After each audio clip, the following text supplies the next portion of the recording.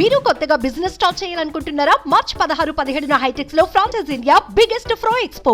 నైజీరియాలోని ఓ school పై సాయుధ మూకలు దాడి చేసి ఏకంగా ఒకేసారి 287 మంది విద్యార్థులను కిడ్నాప్ చేశాయి.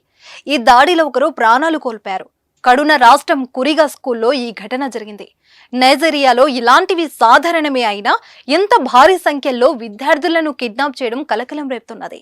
సాయుధ మూకలు శుక్రవారం స్కూల్ను చుట్టుముట్టి గాల్లోకి కాల్పులు ప్రారంభించగానే విద్యార్థులు సిబ్బంది తప్పించుకునేందుకు ప్రయత్నించారని స్కూల్ టీచర్ సాని అబ్దుల్లాహి తెలిపారు. అనంతరం వారు పిల్లలను కిడ్నాప్ చేసినట్లు చెప్పారు.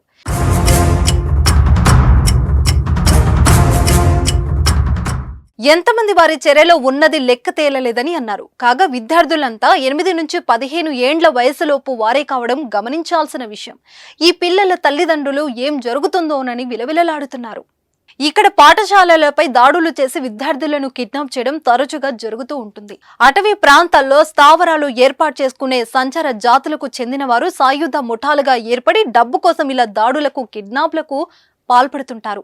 వారి రక్షించేందుకు సాయుధ బలగాలు ప్రత్యేక ఆపరేషన్ చేపట్టినట్టు కడున గవర్నర్ ఉబాసాని తెలిపారు. ఏ ఒక్క చిన్నారికి కూడా హాని కలగకుండా చూసే బాధ్యత తమదేనని తల్లిదండ్రులకు భరోసా ఇచ్చారు.